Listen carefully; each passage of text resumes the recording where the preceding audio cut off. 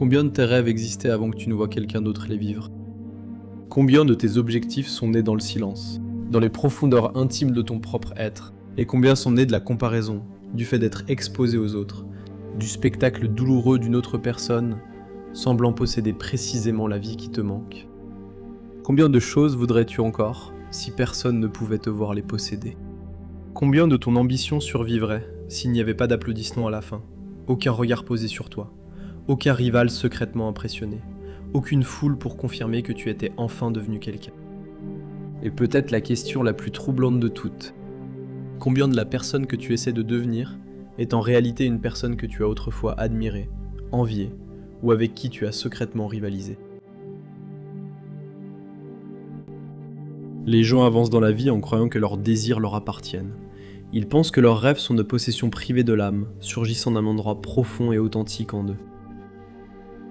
Ils pensent vouloir le succès parce que le succès est bon, la beauté parce que la beauté est bonne, l'amour parce que l'amour est bon, la reconnaissance parce que la reconnaissance est bonne. Ils imaginent le désir comme quelque chose de simple, de direct, comme si le moi regardait le monde, découvrait un objet et tendait naturellement la main vers lui. Mais René Girard a vu quelque chose de bien plus complexe caché sous cette image ordinaire de la vie humaine. Il pensait que le désir est rarement aussi privé que nous croyons. Nous ne faisons pas que copier les vêtements, la langue, les habitudes et les manières des autres. Nous copions leurs désirs. Nous apprenons ce qui vaut la peine d'être poursuivi en observant ce que les autres poursuivent. Nous apprenons ce qui a de la valeur en observant ce que les autres semblent valoriser. Nous regardons l'attention que certaines personnes reçoivent, l'admiration qui les entoure, l'aura attachée à leur vie, et peu à peu, les objets autour d'eux commencent à rayonner. C'est pourquoi la philosophie de Girard est si dérangeante. Elle ne dit pas simplement que nous sommes influencés par la société. Cela serait facile à accepter. Tout le monde sait que la culture façonne le goût. Tout le monde sait que la publicité influence ce que les gens achètent. Girard pointe quelque chose de bien plus intime. Il dit que même les choses que nous vivons comme profondément personnelles ont peut-être été éveillées en nous par quelqu'un d'autre. Un rêve peut sembler être un destin, et pourtant être emprunté. Un objectif peut sembler être une expression de soi, et pourtant être une imitation. Une personne peut passer des années à courir après un avenir, avec le plus grand sérieux, pour se rendre compte que l'étincelle d'origine n'était pas une vérité silencieuse en eux. Mais le fait de voir une autre personne être admirée pour y être parvenu avant soi. Dans des choses cachées depuis la fondation du monde, Girard écrit « L'homme est la créature qui ne sait pas quoi désirer ». C'est une phrase simple, mais elle touche au cœur de la vie humaine. Les animaux ont l'instinct, les êtres humains ont l'imagination. Nous ne nous contentons pas simplement de survivre. Une fois que nos besoins fondamentaux sont satisfaits, nous entrons dans le monde étrange et incertain du sens, du statut, de l'identité, de la beauté, du but et de la supériorité. Nous nous demandons quel genre de vie nous rendrait complet. Et parce que cette question est si difficile, parce que le moi est si incertain de lui-même, nous nous tournons vers l'extérieur. Nous cherchons des signes. Nous observons ceux qui semblent puissants. Nous observons ceux qui semblent aimer. Nous observons ceux qui traversent le monde avec confiance. Puis, sans même nous en rendre compte, nous commençons à désirer les choses qui les entourent. Comme si le secret de leur être s'était d'une certaine manière transmis à ces objets. Un jeune homme fait défiler son téléphone, et voit la richesse présentée comme la liberté. La voiture n'est pas seulement une voiture, l'appartement n'est pas seulement un appartement, la montre coûteuse n'est pas seulement un morceau de métal au poignet. Tout semble chargé d'une promesse cachée. Cela semble dire, si tu avais ceci, tu serais enfin libre de toute humiliation. Si tu avais ceci, tu ne te sentirais plus jamais insignifiant. Si tu avais ceci, les gens te regarderaient différemment. Et peut-être que toi aussi, tu te verrais autrement. Petit à petit, il commence à croire qu'il veut de l'argent pour des raisons purement pratiques. Mais quelque chose de plus profond s'est produit. Il a vu l'argent associé à un certain type de personne. Il veut l'aura, il veut la confiance invisible de celui qui semble avoir échappé à la vie ordinaire. L'objet, c'est la richesse, mais la véritable fascination, c'est la personne qui semble transfigurée par elle. Une autre personne voit un couple en ligne. Un instant plus tôt, elle se sentait peut-être calme. Leur soirée pouvait être ordinaire, voire paisible. Puis ils voient deux personnes souriantes dans une image parfaitement mise en scène, et soudain leur propre vie leur paraît solitaire. La solitude est née de la comparaison. La relation sur l'image devient un miroir dans lequel leur propre vie semble incomplète. Ils commencent à désirer l'amour, mais pas simplement l'amour comme une véritable rencontre avec un autre être humain. Ils désirent l'image d'eux-mêmes aimés. Ils désirent le symbole public d'une vie qui semble plus chaleureuse, plus sûre, plus pleine de sens. Ce qui est étrange, c'est que rien n'aurait arrivé, à part le fait de voir quelqu'un d'autre sembler épanoui. Pourtant, cette vision a suffi à créer une blessure. René Girard a découvert ce schéma non pas d'abord dans les manuels de psychologie, mais dans la littérature. Son premier ouvrage majeur, Mensonges romantiques et vérités romanesques, commence avec Don Quichotte de Cervantes, l'une des grandes histoires comiques et tragiques de la littérature occidentale. Don Quichotte est un homme vieillissant, qui a lu tant de romans de chevalerie qu'il commence à voir le monde à travers eux. Il se convainc qu'il est un chevalier errant, chevauche à travers la campagne espagnole, se donne une mission noble et transforme la réalité ordinaire en une scène d'aventure héroïque. Les moulins à vent deviennent des géants, une simple auberge devient un château, une fille de la campagne devient la dame Dulcinée, la figure bien-aimée à qui ces actes héroïques doivent être dédiés. Pour tous ceux qui l'entourent, il paraît ridicule, mais aux yeux de Girard, Don Quichotte n'est pas un fou à l'imagination confuse. Il est le premier grand exemple du désir mimétique. La clé de Don Quichotte, c'est qu'il n'invente pas ses désirs tout seul. Il imite un modèle, Amadis de Gaule, le chevalier légendaire des romans qu'il adore. Amadis devient l'étoile qui guide Don Quichotte dans l'existence. Il se demande ce qu'un vrai chevalier voudrait. Il se demande ce qu'Amadis poursuivrait. Qui Amadis aimerait? Quel danger Amadis affronterait? Quel sacrifice Amadis considérerait comme noble? Girard écrit dans Mensonges romantiques et vérités romanesques que Don Quichotte ne choisit plus les objets de son propre désir.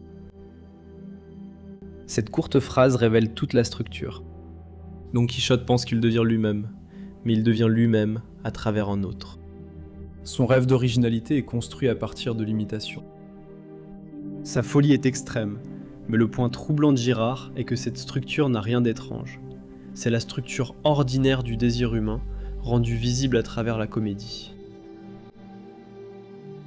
C'est pourquoi Don Quichotte est si important pour la philosophie de Girard. L'histoire nous donne le triangle fondamental du désir.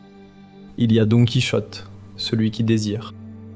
Il y a l'objet qu'il poursuit, que ce soit la gloire, l'aventure, l'amour ou la souffrance héroïque. Et puis il y a Amadis, le modèle qui donne à ces objets leur valeur. Don Quichotte ne désire pas de façon directe. Son désir passe d'abord par une autre personne.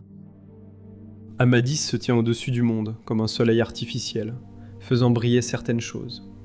Une fois que Don Quichotte voit à travers les yeux de son modèle, le monde lui-même change. L'auberge n'est plus une auberge, le moulin à vent n'est plus un moulin à vent. La paysanne n'est plus simplement une paysanne.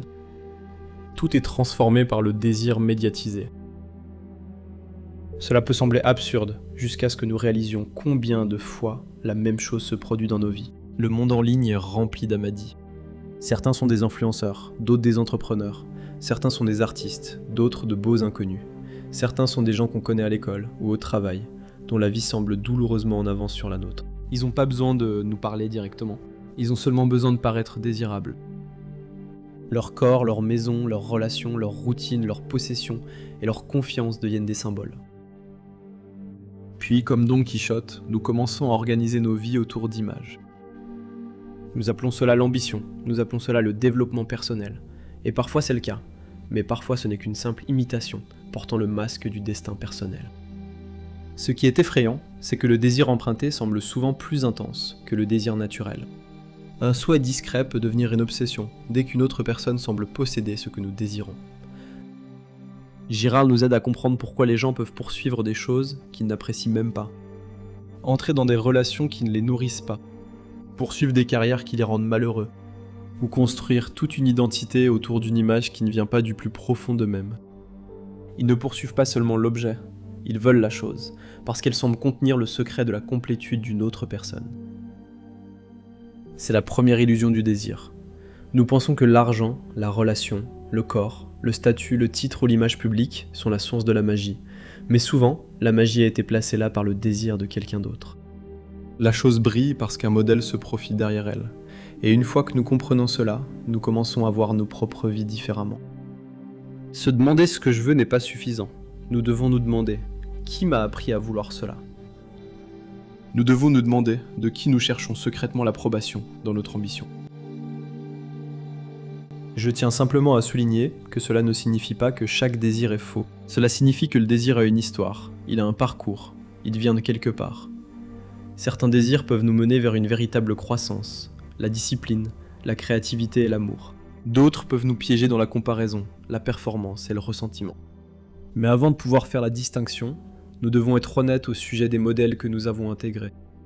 Nous devons reconnaître que le monde ne nous vend pas seulement des produits, il nous vend aussi des modèles d'existence. Il nous dit « Deviens le genre de personne qui aurait ça ». Donc, la question qui commence tout cela est une question qui touche à l'architecture cachée de votre vie.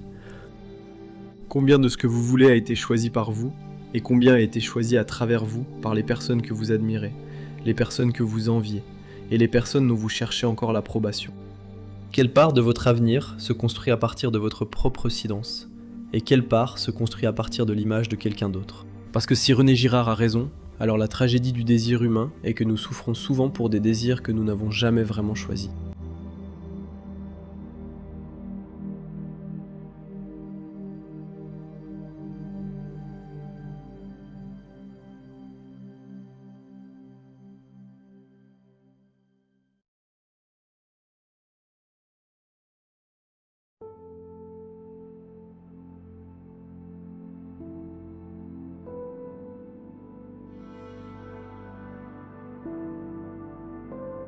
Une fois que nous commençons à voir que le désir s'apprend des autres, la question suivante devient plus précise. Il ne suffit plus de demander ce qu'une personne veut, nous devons demander comment le désir est structuré. Nous devons demander d'où il vient, qui lui a donné sa force et pourquoi cet objet particulier a commencé à sembler si important. C'est ici que Girard introduit l'une des idées les plus simples et les plus troublantes de la philosophie moderne. Le désir est triangulaire. La plupart des gens imaginent le désir comme une ligne droite entre eux-mêmes et l'objet. Une personne voit une chose, se sent attirée par elle et dit « je veux ceci parce que je le veux ». Cela paraît naturel. Cela ressemble à un mouvement honnête de soi vers quelque chose de précieux. Mais Girard dit que, dans de nombreux cas, il y a une troisième présence cachée à l'intérieur du désir. Il y a le sujet, celui qui veut. Il y a l'objet, la chose qu'il croit vouloir. Et il y a le modèle, la personne qui rend l'objet désirable en premier lieu. Parfois le modèle est évident, comme une personne célèbre dont nous admirons consciemment la vie. Parfois, le modèle est enfoui dans la mémoire, comme un parent dont l'approbation nous gouverne encore longtemps après la fin de l'enfance. Parfois, le modèle est quelqu'un d'assez proche pour nous troubler. Un ami, un rival, une personne dans le même domaine, quelqu'un dont le succès paraît presque insultant, car il semble mettre en lumière notre propre retard. Le modèle peut même être fictif. Une personne peut façonner son idée du succès à travers des personnages qui n'ont jamais existé. Ce qui compte, c'est que l'objet ne soit pas isolé. Il arrive déjà entouré du désir de quelqu'un d'autre. Il a une aura autour de lui, et cette aura lui a été donnée par un modèle. C'est pourquoi la théorie de Girard est si difficile à accepter au début. Nous aimons croire que le désir prouve notre individualité. Nous disons « c'est ce que je veux », comme si cette phrase suffisait à prouver que le désir nous appartient. Pourtant, Girard nous demande d'y regarder de plus près. Quand cette chose est-elle devenue désirable pour la première fois ? Qui la possédait ? Qui l'a louée ? Qui a fait en sorte qu'elle semble être le signe d'une vie supérieure ? Qui imaginerais-tu en train de t'observer si tu la possédais enfin ? Ces questions sont gênantes parce qu'elles révèlent que beaucoup de nos désirs impliquent un public. Nous ne cherchons pas simplement à obtenir un objet. Nous cherchons la signification que l'objet a aux yeux de quelqu'un d'autre. Nous voulons la chose, mais nous voulons aussi la transformation que nous imaginons se produire lorsque les autres nous voient avec elle. Dans Mensonge romantique et vérité romanesque, Girard donne à cette structure une forme littéraire. Dans sa discussion sur Don Quichotte, il écrit « L'objet change à chaque aventure, mais le triangle demeure ». C'est l'une des façons les plus claires de comprendre toute la théorie. Don Quichotte peut poursuivre différentes aventures, différents actes héroïques. Pourtant, la structure profonde reste inchangée. Il y a toujours Don Quichotte, le sujet qui désire. Il y a toujours un objet chargé de signification chevaleresque. Et derrière tout cela, il y a Amadi de Gaulle, le modèle héroïque qui lui enseigne à quoi doit ressembler la grandeur. L'objet change sans cesse, mais la source invisible de la valeur reste la même. C'est ainsi que le désir fonctionne dans de nombreuses vies. Aujourd'hui, l'objet est l'argent. Plus tard, il devient une relation. Après cela, il devient un corps, un titre, un public, une maison, une certaine façon de parler, un certain type de confiance, un certain visage à montrer au monde. La personne croit qu'elle change de désir parce qu'elle choisit de nouveaux objets, mais la structure sous-jacente peut rester intacte. Il continue de demander au même modèle caché ce qui mérite d'être désiré. Il continue de se juger à travers le même regard imaginaire. Le costume change, le rêve change. Mais le triangle demeure. Don Quichotte est important parce qu'il montre comment une imitation peut devenir une identité. Il ne se vit pas comme quelqu'un qui copie un modèle. Il se vit comme quelqu'un qui découvre sa véritable vocation. C'est là le génie étrange de la lecture de Girard. L'imitation de Don Quichotte ne lui paraît pas fausse, elle lui paraît noble, elle donne un sens à sa vie. Il s'est plongé si profondément dans les romans de chevalerie que les désirs de ses histoires sont entrés dans son âme. Amadis devient le médiateur entre Don Quichotte et le monde. À travers Amadis, le monde est réinterprété. Les objets ordinaires deviennent chargés de possibilités héroïques. Les situations ordinaires deviennent des épreuves, les gens ordinaires deviennent des personnages d'un grand drame. C'est pourquoi le désir médiatisé peut être si puissant. Un modèle ne nous dit pas seulement ce que nous devons désirer, un modèle nous apprend à voir. Une fois qu'une personne a accepté un modèle, le monde apparaît à la lumière de ce modèle. Une carrière qui semblait autrefois ennuyeuse peut devenir glorieuse si quelqu'un que l'on admire la fait paraître puissante. Un mode de vie qui paraissait autrefois superflu peut devenir urgent s'il est associé à quelqu'un que nous envions. Une forme de beauté qui ne signifiait rien pour nous autrefois peut devenir une obsession si la culture qui nous entoure la considère comme un passeport pour l'amour. L'objet n'a pas besoin de changer, c'est le regard qui change. Et une fois que le regard change, tout l'univers se réorganise. C'est ce qui arrive à Emma Bovary dans Madame Bovary de Flaubert. Emma ne désire pas simplement l'amour de façon naturelle et innocente. Son imagination a été éduquée par des histoires romantiques. Elle a absorbé un univers de passion, de luxe, d'intensité, d'évasion et de sentiments dramatiques. La vie conjugale ordinaire ne peut pas la satisfaire, parce qu'elle ne la compare plus à la réalité. Elle la compare au modèle d'amour que la littérature a implanté en elle. La tragédie, c'est qu'elle ne reconnaît pas cela comme une imitation. Elle le ressent comme de la profondeur. Elle ressent son insatisfaction comme la preuve qu'elle a été faite pour quelque chose de plus élevé, de plus beau, de plus intense que la vie qui l'entoure. Aux yeux de Girard, Emma n'est pas simplement une femme au désir puissant. C'est quelqu'un dont les désirs ont été médiatisés par l'imagination romantique des autres. C'est l'une des vérités les plus douloureuses du désir mimétique. Il prend souvent l'apparence de l'authenticité. Une personne peut dire « Je veux juste un amour qui ressemble à celui des films », sans se rendre compte que les films sont devenus le modèle qui fait paraître l'amour ordinaire insuffisant. Une personne peut dire « Je veux juste réussir », sans se rendre compte que son image du succès vient de quelqu'un qu'elle a secrètement pris pour modèle. Emma Bovary ne souffre pas parce qu'elle manque d'imagination, elle souffre parce que son imagination a été capturée. Elle a appris à désirer à travers des images qui ne peuvent être vécues sans déception. Le modèle promet la transcendance, et la vie réelle commence à sembler un échec parce qu'elle ne ressemble pas au rêve. C'est ici que Girard devient extrêmement pertinent pour nos vies. Le monde contemporain multiplie des modèles plus rapidement que n'importe quelle époque précédente. Une personne ne se compare plus seulement à ses voisins, camarades de classe, membres de sa famille ou aux gens de sa ville. Il se compare à des milliers de vies soigneusement sélectionnées.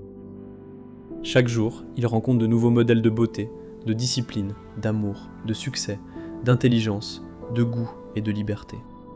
Chaque modèle présente un objet. Une personne rend un certain corps désirable, une autre rend un certain style de vie désirable, une autre fait de l'entrepreneuriat une sorte de salut. Une autre Une autre fait passer le calme pour de la supériorité. Une autre fait passer la rébellion pour de l'authenticité.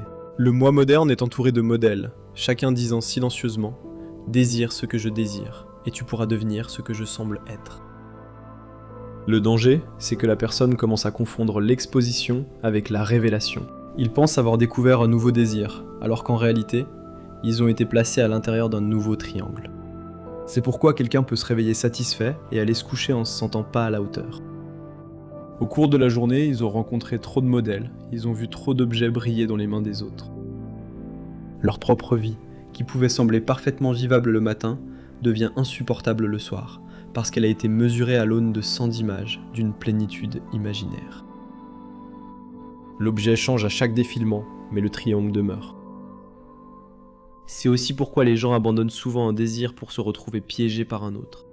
Ils pensent avoir échappé à l'ancien rêve, parce qu'ils ne veulent plus la même chose. Ils ne veulent plus la voiture de luxe, peut-être. Maintenant, ils veulent une vie minimaliste. Ils ne veulent plus impressionner les gens ordinaires. Maintenant, ils veulent impressionner ceux qui admirent le fait de ne pas chercher à impressionner les autres. Girard nous aide à voir à quel point cela devient subtil. Même le désir de paraître libre de tout désir peut passer par un modèle. Même le souhait d'être différent peut s'apprendre auprès de quelqu'un dont la différence semble admirable. Cela ne veut pas dire que chaque modèle nous corrompt. Les êtres humains ont besoin de modèles. Nous apprenons par imitation. Un bon modèle peut éveiller quelque chose de noble chez une personne. Le problème commence lorsque le modèle devient invisible. Quand nous ne savons pas qui nous imitons, nous ne pouvons pas juger si l'imitation nous conduit vers une vie plus épanouie ou vers un asservissement plus profond. Le modèle caché est dangereux, parce qu'il nous gouverne en coulisses. Nous appelons ce désir le nôtre, alors que l'image d'une autre personne organise silencieusement les objets de notre monde. C'est pourquoi la question « que veux-je » est incomplète. Elle suppose que le désir naît à l'intérieur du moi isolé. Girard pose une question plus troublante. Par qui est-ce que je désire ? Par qui désires-tu le succès ? Par qui désires-tu l'amour ? Par qui désires-tu ton corps, ta carrière, ton avenir, ta personnalité, ton image publique, dont la présence est cachée à l'intérieur du rêve, dont le regard fait briller l'objet, dont l'admiration ferait ressentir cette réussite comme réelle, dont l'envie rendrait cela encore plus savoureux. Une fois le modèle identifié, le désir perd une part de son charme. Cela peut rester précieux, mais ce n'est plus magique de la même manière, inconsciente. Une personne peut toujours désirer la beauté, la réussite, la richesse ou la reconnaissance, mais elle peut désormais se demander si l'objet sert la vie ou s'il n'est là que pour le regard du modèle. C'est le début de la liberté dans la philosophie de Girard. Cela commence par la reconnaissance que le désir a une structure, que l'objet a une histoire, que le soi n'est pas aussi fermé et indépendant qu'il l'imaginait. Nous sommes des êtres poreux. Les autres entrent en nous par l'admiration, l'envie, la rivalité et l'amour. Leurs désirs deviennent nos désirs. Leurs valeurs deviennent nos valeurs. Ainsi, le modèle invisible derrière le désir doit être mis en lumière, car tant que le modèle reste caché, l'objet semble absolu. Il semble que la vie elle-même dépende du fait de le posséder. Mais une fois que le modèle apparaît, l'objet devient quelque chose qui a été rendu désirable, quelque chose qui est entré dans l'imagination, par l'intermédiaire d'une autre personne, quelque chose qui peut enfin être remis en question. Alors la personne peut se demander, peut-être pour la première fois, si elle désire vraiment l'objet, ou si elle a simplement essayé de devenir la personne qui a rendu l'objet si attirant.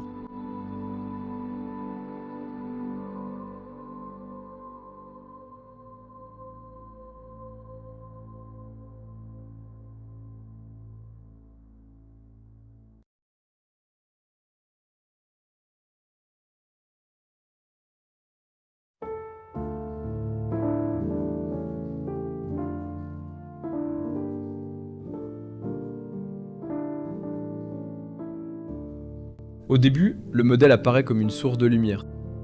Vous voyez quelqu'un qui semble vivre avec une confiance que vous n'avez pas, ou qui se déplace dans le monde avec une aisance qui rend votre propre vie plus lourde. Vous les observez avec fascination. Leurs habitudes deviennent intéressantes. Leur façon de parler prend du sens. Leur succès semble révéler une voie. Au début, il peut même y avoir quelque chose d'innocent dans cette admiration. Cela ressemble à de l'inspiration. L'autre personne vous montre ce qui est possible, elle élargit les frontières de votre imagination. Vous sentez que si quelqu'un comme elle peut vivre de cette façon, peut-être que votre propre vie peut elle aussi s'élargir. C'est l'un des beaux aspects de l'imitation, car les êtres humains ne naissent pas complets. Nous avons besoin d'exemples. Nous avons besoin de personnes qui éveillent notre sens des possibles. Un enfant imite le courage d'une personne plus âgée. Un élève imite la discipline d'un maître. Un jeune artiste imite le travail de ceux qui l'ont précédé, jusqu'à ce qu'il découvre lentement sa propre voie. Le modèle peut être une échelle, mais la même échelle peut devenir une chaîne. Une personne que vous admiriez autrefois peut progressivement devenir douloureuse à regarder. Leur succès, qui autrefois vous donnait de l'espoir, commence à ressembler à une preuve contre vous. Leur confiance fait ressortir davantage votre propre insécurité. Leur liberté donne l'impression que votre propre vie est prisonnière. Leur beauté, leur talent, leur popularité, leur intelligence ou leur statut n'apparaissent plus comme quelque chose dont vous pouvez vous inspirer, mais comme quelque chose qui vous humilie, simplement par son existence. Vous pouvez toujours appeler cela de l'admiration, car l'admiration semble noble, mais intérieurement, le sentiment a changé. Vous ne vous contentez plus d'admirer le modèle, vous vous comparez à lui. Sa vie devient un miroir dans lequel la vôtre paraît insuffisante. Et c'est à ce moment-là que l'admiration commence à se transformer en envie. Girard a compris cette transformation avec une clarté inhabituelle. Dans Mensonge romantique et vérité romanesque, Girard distingue deux formes de médiation, la médiation externe et la médiation interne. La médiation externe se produit lorsque le modèle est éloigné de nous, suffisamment distant pour qu'il ne puisse pas vraiment entrer en concurrence avec nous. Don Quichotte imite Amadis de Gaule, le chevalier légendaire, issu des romans de chevalerie. Mais Amadis existe dans un autre monde. Il ne peut pas se dresser sur le chemin de Don Quichotte. Il ne peut pas remporter le même prix. Il ne peut pas regarder Don Quichotte avec mépris. Une personne peut admirer une figure historique de la même manière. Ils peuvent lire Marc Aurèle, imaginer sa discipline, imiter une partie de sa constance, et ne jamais se sentir personnellement menacé par lui. La distance protège l'admiration. Le modèle est au-dessus ou au-delà de toute rivalité ordinaire, donc l'imitation reste ouverte, presque empreinte de dévotion. On peut vénérer le modèle sans avoir besoin de le vaincre. La médiation interne est différente parce que le modèle se rapproche. Le modèle peut être un ami, un frère ou une sœur, un camarade de classe, un collègue, un lot de créateurs, un ancien partenaire, un concurrent ou quelqu'un qui vit dans le même monde, cherchant à atteindre les mêmes objets, recevant le même genre d'attention que tu désires secrètement. Cette proximité change tout. Le modèle n'est plus à une distance rassurante, il est assez proche pour être comparé à toi. Leur succès peut être mesuré par rapport au tien. Leur reconnaissance peut donner l'impression qu'elle a été prise dans la même réserve limitée de reconnaissance que tu espérais recevoir. L'objet peut être vague, quelque chose comme un sentiment d'être choisi, admiré, respecté, envié ou perçu comme supérieur, mais l'effet émotionnel est très précis. Le modèle devient un rival parce qu'il semble posséder la vie dont tu ressens l'absence en toi. C'est pourquoi l'envie est rarement honnête envers elle-même. Presque personne ne veut admettre, même en privé, que le bonheur d'une autre personne est devenu douloureux pour lui. Ainsi, l'envie se cache derrière le jugement. Elle dit que l'autre personne est fausse, arrogante, chanceuse, surévaluée, indigne, superficielle, privilégiée ou corrompue. Parfois, ces critiques peuvent contenir une part de vérité, mais Girard nous apprend à nous méfier de l'énergie qui les motive. Plus une personne est secrètement gouvernée par un modèle, plus elle peut ressentir le besoin de rabaisser moralement ce modèle dans son propre esprit. Il est plus facile de dire qu'ils ne le méritent pas que de dire que leur existence me fait me sentir inférieur. L'envie parle souvent le langage de la justice, tout en cachant la douleur de la comparaison. Dans sa discussion sur le personnage vaniteux de Stendhal, le vaniteux, Girard écrit qu'il doit les emprunter aux autres. La phrase est courte, mais elle décrit tout un état de l'âme.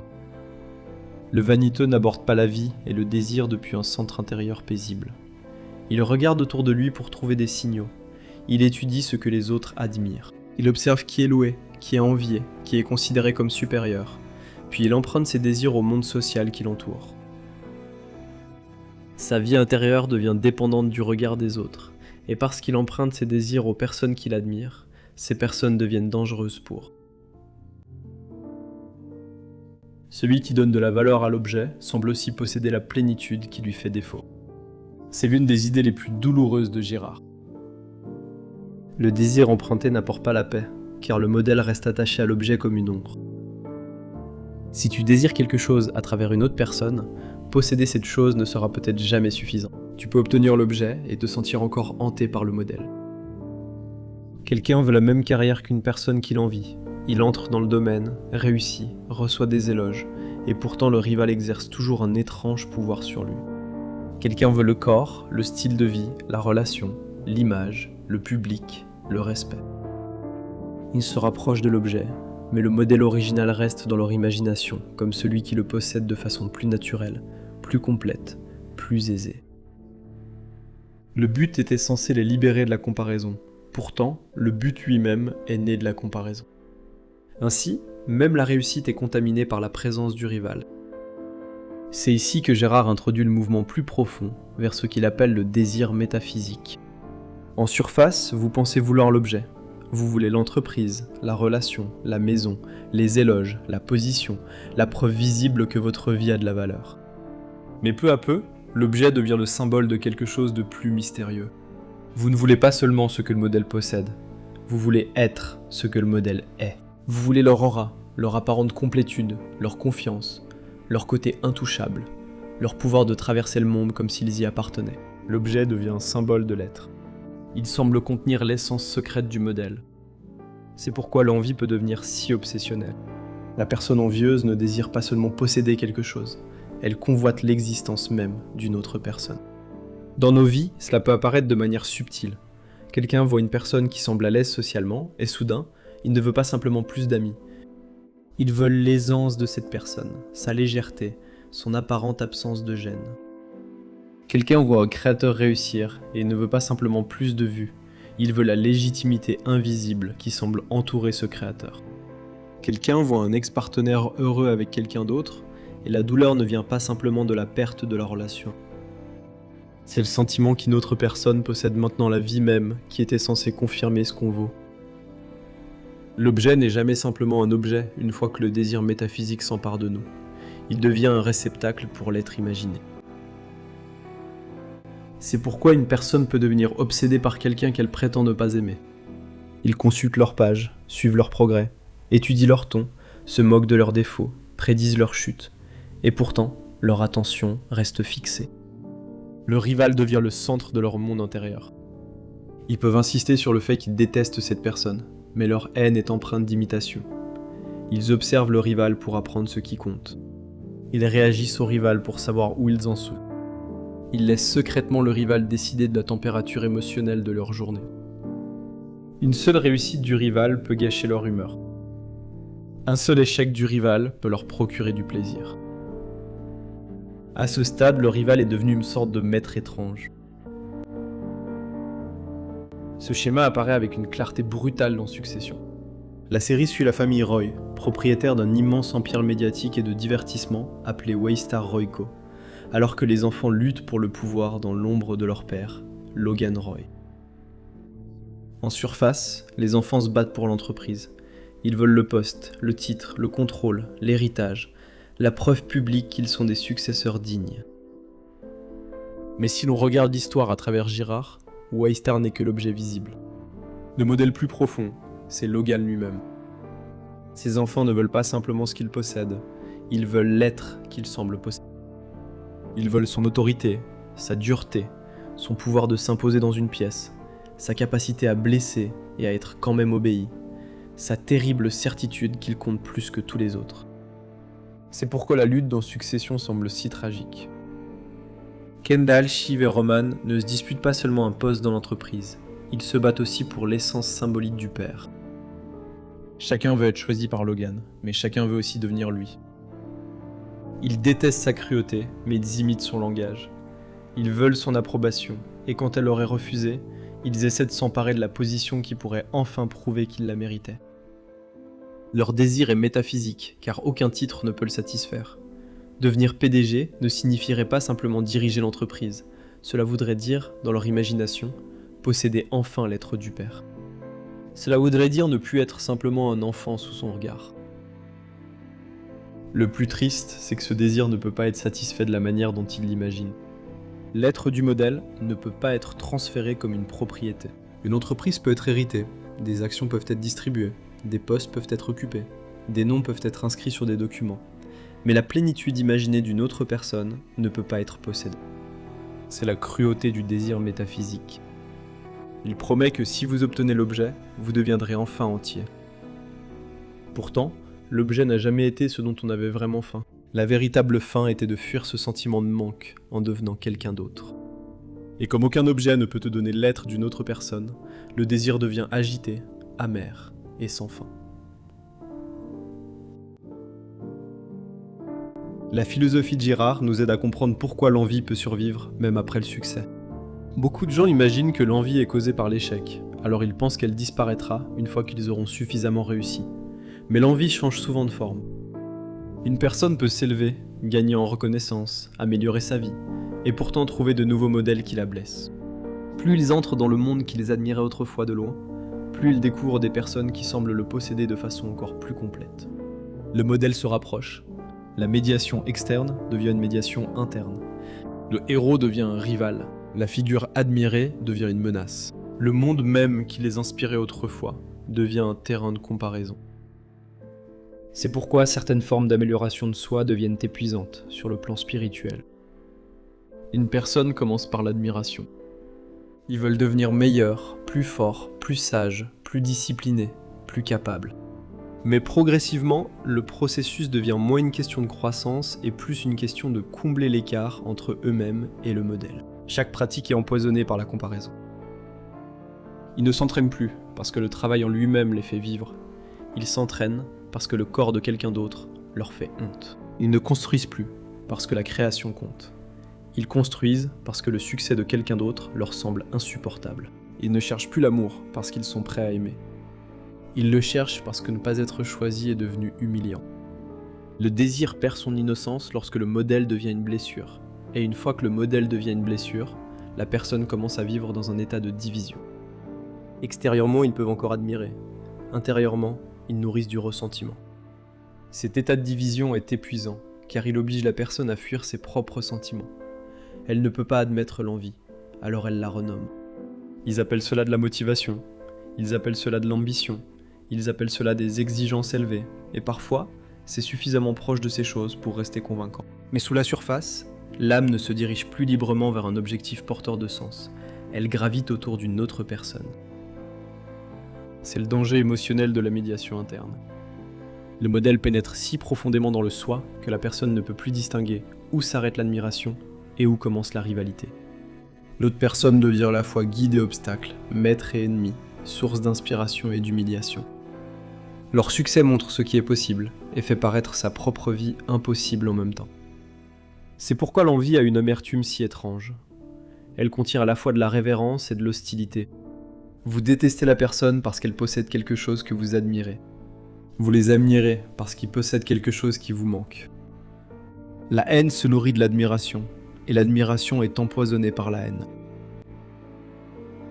Voir cela clairement est déjà une forme d'éveil, car une fois que nous reconnaissons l'envie comme une admiration blessée, nous pouvons commencer à nous demander ce que la blessure révèle. La personne qui nous fait nous sentir inférieurs peut nous montrer un désir que nous avons emprunté, un manque que nous avons exagéré, ou un modèle auquel nous avons donné trop de pouvoir. Leur existence peut nous sembler être une sentence prononcée sur notre vie, mais c'est peut-être seulement le signe que notre désir est devenu trop intensément médiatisé. Peut-être que la douleur ne prouve pas que nous sommes des ratés, peut-être qu'elle prouve que nous avons laissé une autre personne devenir la mesure de notre être. C'est l'avertissement de Girard. Les personnes que nous admirons peuvent nous aider à grandir, et dès qu'elles deviennent la norme à laquelle notre existence est jugée, l'admiration commence à s'assombrir. Le modèle qui autrefois nous ouvrait le monde peut devenir le rival qui l'emprisonne. Et le plus tragique, c'est que nous pouvons continuer à appeler cela la liberté. Nous pouvons croire que nous poursuivons notre rêve, alors qu'en réalité, nous cherchons simplement à soulager l'humiliation qu'une autre personne a créée en nous. Nous pouvons croire que nous devenons nous-mêmes, alors qu'en réalité, nous essayons de devenir celui dont la vie a rendu la nôtre incomplète.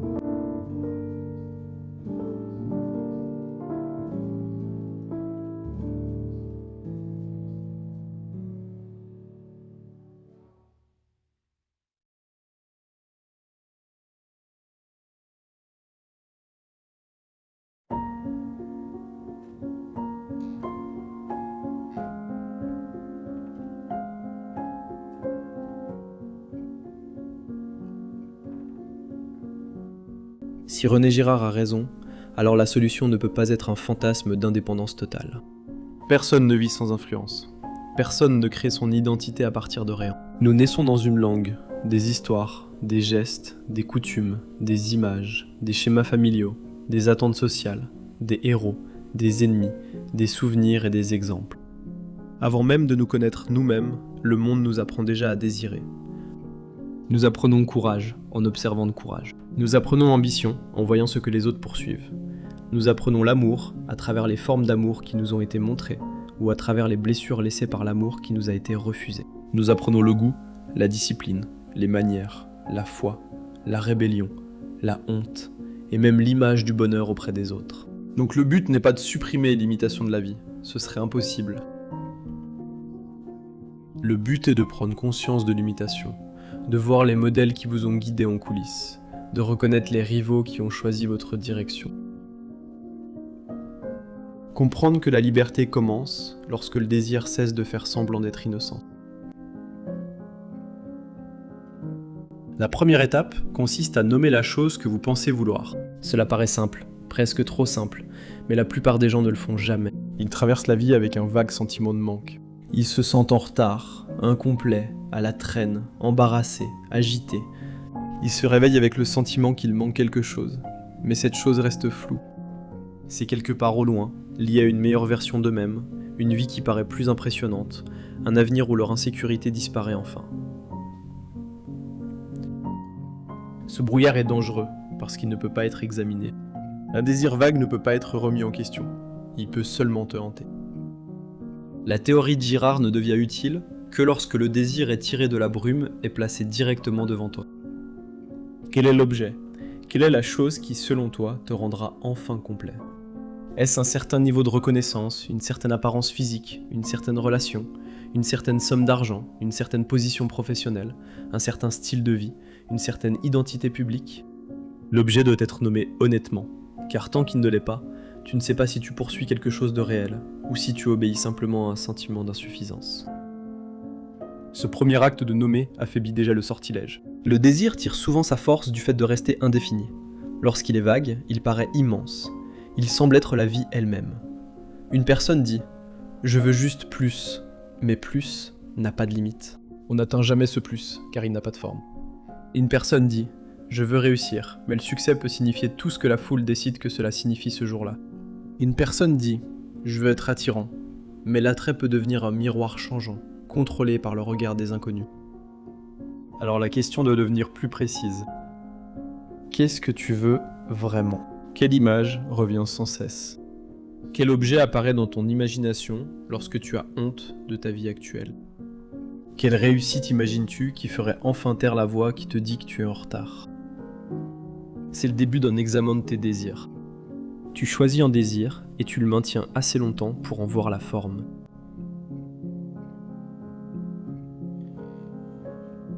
La deuxième étape consiste à trouver le modèle derrière le désir. Une fois que l'objet est visible, Girard te demanderait de regarder derrière. L'objet est rarement seul, il se trouve généralement à la lumière de quelqu'un d'autre. Il y a souvent une personne, réelle ou imaginaire, qui a fait briller l'objet. Quelqu'un l'a eu avant que tu ne le veuilles, quelqu'un l'a exposé d'une manière qui le rendait puissant, quelqu'un a reçu de l'admiration pour l'avoir possédé. Quelqu'un t'a fait sentir qu'avoir cet objet signifierait atteindre un état supérieur d'existence. Cette personne peut être quelqu'un que tu admires ouvertement, ou quelqu'un dont tu préférerais ne pas admettre qu'il a du pouvoir sur toi. Il peut s'agir d'une personne qui t'a rejeté, une personne dont tu cherches encore l'approbation, une personne de ton passé dont le jugement est encore inscrit dans ton système nerveux. Parfois, le modèle n'est pas une seule personne, mais tout un monde. Une catégorie de personnes, une communauté, une esthétique, une culture de la réussite, un environnement en ligne qui vous enseigne silencieusement à quoi est censé ressembler une vie digne de ce nom. C'est la question la plus girardienne que vous puissiez poser. Par l'intermédiaire de qui est-ce que je désire cela ? La réponse peut être inconfortable. Derrière le rêve de richesse, vous pouvez trouver une personne dont la confiance vous a fait vous sentir pauvre d'esprit, bien avant d'être pauvre d'argent. Derrière le rêve de beauté, vous pouvez trouver un visage qui a rendu votre propre reflet inacceptable. Derrière le rêve de popularité, vous pouvez trouver un souvenir d'exclusion, une pièce dans laquelle vous n'avez pas été invité, un groupe dont l'approbation semblait autrefois être une forme de salut. Derrière le rêve d'être exceptionnel, vous pouvez trouver un rival qui a rendu la vie ordinaire humiliante. Cela ne rend pas automatiquement le désir faux, cela révèle simplement le chemin qu'il a emprunté. Ce désir est passé par quelqu'un. Il est entré dans votre imagination par l'intermédiaire d'un modèle, et une fois que vous l'avez identifié, l'objet peut enfin être jugé avec un regard plus lucide.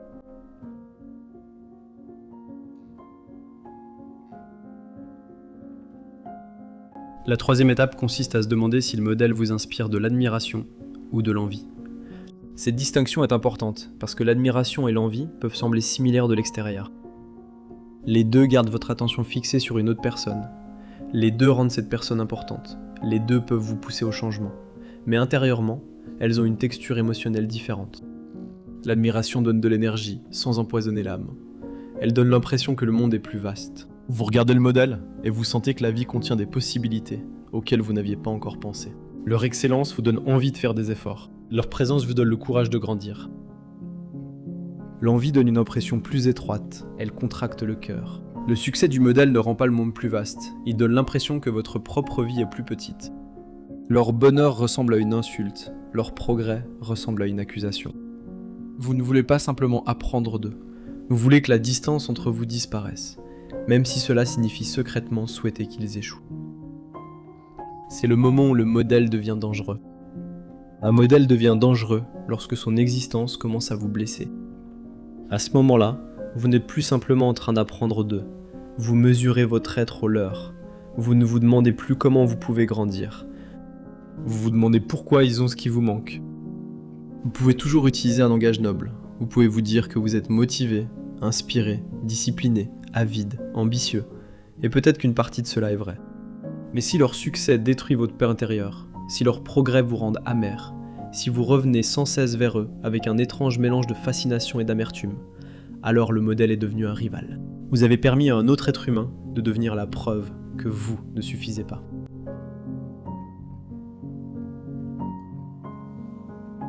La quatrième étape consiste à utiliser le test d'invisibilité. C'est l'un des moyens les plus clairs de distinguer un désir enraciné d'un désir qui dépend presque entièrement de la reconnaissance. Demandez-vous si vous voudriez toujours cette chose, si personne ne pouvait l'avoir. Voudriez-vous toujours cette réussite si elle ne suscitait aucun applaudissement? Voudriez-vous toujours ce mode de vie s'il ne pouvait pas être affiché? Voudriez-vous toujours cette transformation si la personne que vous enviez ne le découvrait jamais? L'objet aurait-il encore de l'importance s'il ne vous donnait aucune image publique, aucun avantage social, aucune revanche silencieuse, aucun sentiment d'être enfin vu comme supérieur? Ces questions percent la dimension théâtrale du désir. Elles retirent le public, elles retirent le rival, elles vous placent seul face à l'objet. Certains désirs survivent à cette épreuve. Une personne peut toujours vouloir écrire, même si l'œuvre reste invisible, car l'acte lui-même donne forme à sa vie intérieure. Une personne peut toujours vouloir construire quelque chose, même si personne ne le loue, car le fait de construire, en soi, a du sens. Une personne peut toujours vouloir devenir plus saine, plus compétente, plus patiente, plus capable, parce que ce désir améliore la qualité de son existence réelle. Mais d'autres désirs commencent à s'effondrer lorsque le public disparaît. Ils étaient maintenus ensemble par une reconnaissance imaginée. L'objet comptait à cause de son apparence, il comptait à cause de ceux qui le remarqueraient. Il comptait à cause de l'image de soi-même en train de le posséder.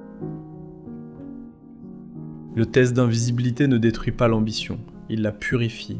Il demande si la chose en elle-même compte, ou si tu veux seulement le reflet de toi-même en train de la posséder.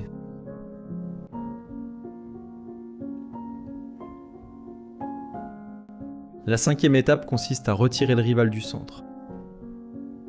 C'est ici que le travail devient pratique, au sens le plus direct.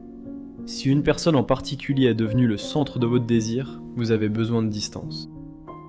Cela signifie refuser de laisser la vie de cette personne rester l'autel devant lequel votre propre vie est jugée. Vous ne pouvez pas découvrir votre propre désir en fixant la personne que vous essayez secrètement de devenir. Vous ne pouvez pas entendre votre propre direction intérieure en vérifiant constamment les mouvements de celui qui vous donne l'impression d'être en retard. Tant que le rival reste au centre, vos choix graviteront autour de lui. Même la rébellion contre cette personne vous maintient attaché. Même essayer de prouver que vous êtes différent donne du pouvoir à cette personne, car votre différence se définit toujours par rapport à sa présence. Dans la vie moderne, cela signifie souvent changer ce à quoi vous vous exposez de façon répétée. Une personne ne peut pas continuer à rouvrir la même blessure et ensuite se demander pourquoi elle ne peut pas guérir. Si une page, un profil, un créateur, un ancien ami, un concurrent ou un certain univers en ligne transforme constamment votre évolution en comparaison, alors continuer à le consommer n'est pas de la conscience de soi. C'est participer à votre propre captivité. Vous pouvez vous dire que vous ne faites qu'observer, apprendre, rester informé, rester à la page. Mais si chaque rencontre vous laisse diminuer, plus amer, plus agité, alors le rival ne vous instruit pas. Le rival possède votre attention, et l'attention est l'une des formes les plus profondes d'obéissance. Ce que vous consultez chaque jour devient partie de ce qui vous façonne chaque jour. Retirer le rival du centre ne signifie pas lui souhaiter du mal. En fait, la liberté la plus profonde commence peut-être lorsque vous n'avez plus besoin qu'il échoue. Tant que leur échec vous procure du plaisir, ils ont encore du pouvoir sur vous. Tant que leur succès vous semble être une insulte personnelle, ils font toujours partie de l'architecture de votre identité. Le but est de les ramener à leur juste dimension. C'est un être humain, pas un dieu. C'est une vie parmi d'autres, pas la mesure ultime de ta valeur. Leur parcours n'est pas ton jugement, leurs dons ne sont pas ta condamnation, leur progrès ne prouve pas que ton propre chemin a perdu tout sens. La distance permet au rival de cesser d'être une figure métaphysique et de redevenir ordinaire.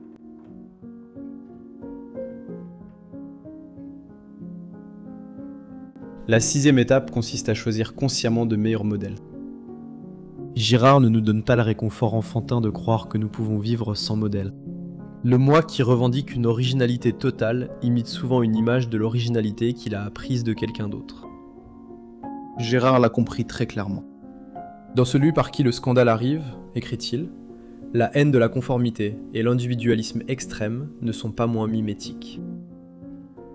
Beaucoup de gens réagissent à la pression de l'imitation en essayant de devenir agressivement différents. Ils rejettent ce que tout le monde veut, mais leur rejet dépend toujours des autres. Ils deviennent des rebelles dont la rébellion est contrôlée par la foule qu'ils prétendent mépriser. Ils imitent l'image du marginal, du génie, du solitaire, de la personne au-dessus des désirs ordinaires. Même le fait de jouer à ne pas être influencé peut devenir une autre forme d'imitation. La vraie question n'est pas de savoir si vous avez des modèles, mais ce que vos modèles vous poussent à désirer. Certains modèles éveillent la vanité. Ils donnent l'impression que la vie est une scène où le but principal est de paraître supérieur. Certains modèles éveillent le ressentiment. Ils transforment chaque réussite en compétition et chaque retard en humiliation. D'autres modèles éveillent la patience, la profondeur, la discipline, l'honnêteté et une relation plus sérieuse avec la vie. Un bon modèle ne vous donne pas seulement envie de posséder ce qu'il a. Un bon modèle vous donne envie d'avoir une meilleure âme.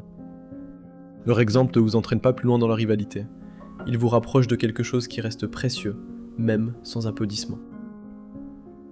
Choisissez des modèles qui vous rendent plus sincère, plus courageux, plus capable d'attention, plus capable d'aimer, plus capable d'accomplir un travail qui ne cherche pas sans cesse à être remarqué.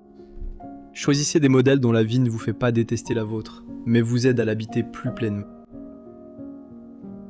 Cela exige une sorte de sélection morale de l'attention. La personne moderne est entourée de modèles possibles à toute heure, et chacun enseigne une leçon. Certains enseignent que la vie n'est réelle que lorsqu'elle est exposée. Certains enseignent que l'amour n'a de valeur que lorsque les autres l'envient. Certains enseignent que réussir, c'est être intouchable. Certains enseignent que la liberté signifie n'avoir jamais besoin de personne. D'autres enseignent quelque chose de plus discret. Ils enseignent le dévouement à son art, la constance dans la souffrance, l'humilité face à la vérité, la dignité sans artifice. L'âme devient progressivement semblable au modèle qu'elle contemple. La question est donc urgente. Quel type d'être humain votre attention vous entraîne-t-elle à devenir ?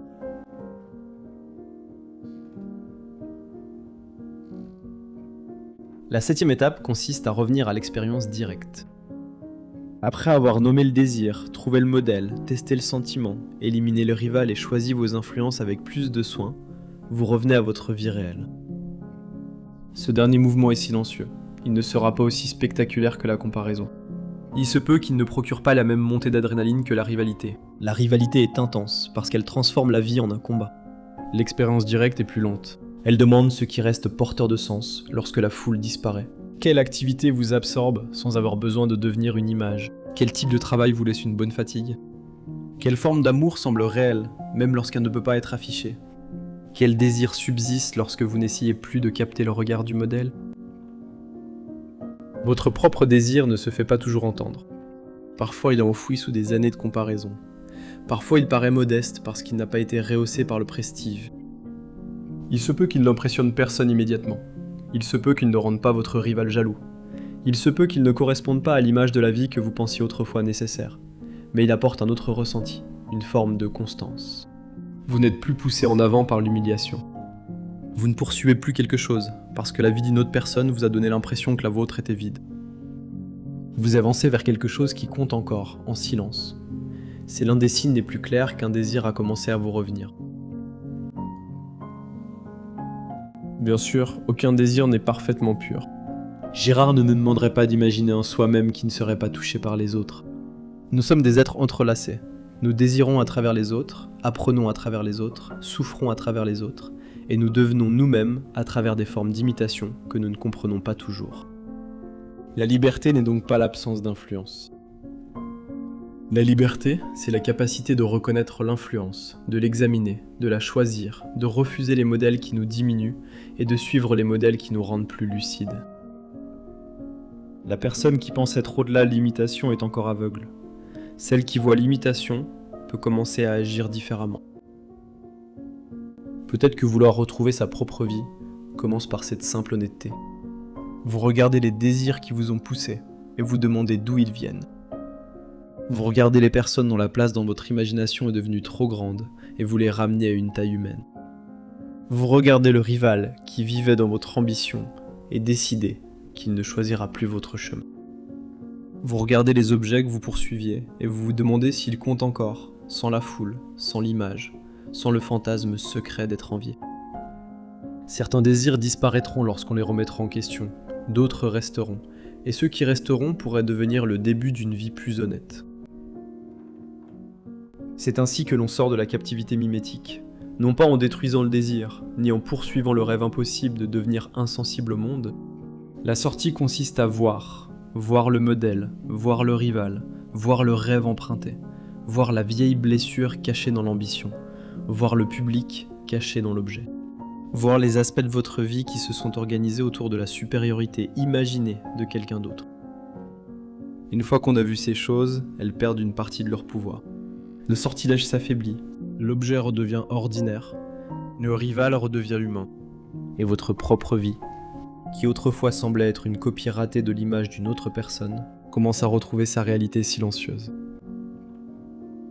Alors la question finale change. Vous ne demandez plus seulement ce que tout le monde a rendu désirable. Vous ne demandez plus seulement ce qui vous ferait paraître impressionnant, supérieur, choisi ou complet aux yeux des autres. Vous posez une question plus difficile et plus libératrice. Quel genre de vie vaudrait encore la peine d'être vécu si personne ne regardait ?